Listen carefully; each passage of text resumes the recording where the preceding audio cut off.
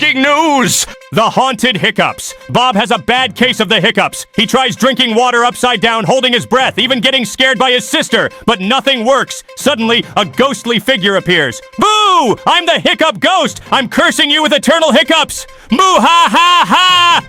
Bob hiccups in terror. No! Please, I'll do anything! The ghost pauses. Anything? Then tell me a joke. Bob, still hiccuping, thinks fast. What do you call a ghost's true love? His ghoul friend! The ghost stares, then bursts out laughing. Ha! Good one! He vanishes in a puff of smoke. Bob blinks. His hiccups are gone. He grins at the camera and shrugs. Well, laughter is the best medicine.